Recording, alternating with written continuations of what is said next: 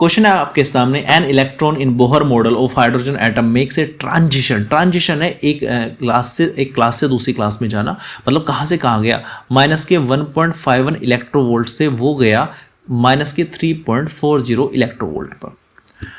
Calculate the change in the radius, आपको radius में change निकालना है of its orbit. The radius of orbit in ground state, ground state मतलब होता है 1, पहले में होता है 0.53 एंगस्ट्रॉम, इसका ध्यान रखना पड़ेगा। जब ऐसा क्वेश्चन आपके सामने आ जाए तो सीधी बात है, यहाँ पे इस एनर्जी लेवल पे था, इसको E1 मानता हूँ, कहाँ पहुँच गया, यहाँ पे पहुँच गया, E2 पे पहुँच गया, ठीक है। तो आपको बस R1 निकालना है, आपको R2 निकालना है, दोनों को घटाना है, आंसर आपके सामने आएगा। अब निकाल लेंगे कैसे, पहले एक काम कर लो, इनमें रिलेशन देख लो क्या होता है। देखो आर का जो शॉर्टकट का फॉर्मूला है, पहले जो वीडियोस है उनमें मैंने बताया हुआ है, वो होता है 0.53 इंटू एन स्क्वायर। ये फॉर्मूला याद रखना है, एंगस्ट्रॉम, यूनिट क्या है एंगस्ट्रॉम, ये होता है। अब यहां से करेंगे क्या, सबसे पहले यहां से आप ई तो दिया हुआ है, ई क्या होता है माइनस के 13.6 अपॉन एन स्क्वायर इलेक्ट्रोवोल्ट।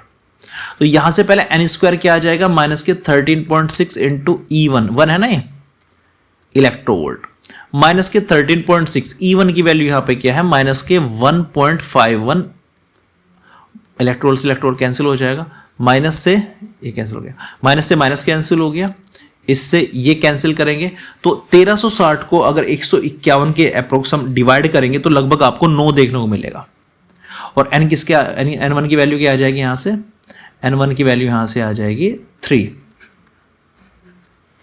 अगर मैं इधर बात करता हूं अब इसकी, तो यहां से n2 क्या आ जाएगा, n2 स्क्वायर आ जाएगा माइनस के 13.6 अपॉन E2, माइनस के 13.6, E2 की वैल्यू यहां पर क्या है माइनस के 3.40।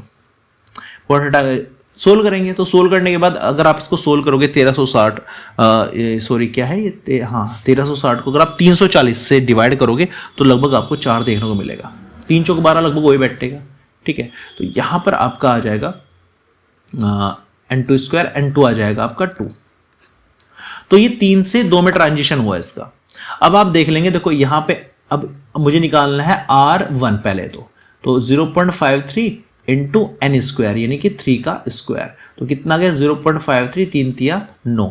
अगर 0.53 की हम 9 में मल्टीप्लाई करेंगे ये आएगा 4.77 एंगस्ट्रॉम। अगर हम अब यहाँ पे R2 निकालते हैं, R2 की 0.53 ये कितना है 2 का स्क्वायर, 2 जा कितना हो गया 4 हो गया, 0.53 की अगर 4 में मल्टीप्लाई करूंगा तो यहाँ पर मुझे देखने को मिलेगा 2.12 एंगस्ट्रॉम। अब इनमें चेंज कितना आया, डेल्टा R निकालना, बड़े में से छोटा घटा दो, 4.77 में से 2.12 अगर हम घटाएंगे तो यहाँ पर आपको 2.65 एंगस्ट्रॉम देखने को मिलेगा। ये आपका आंसर है।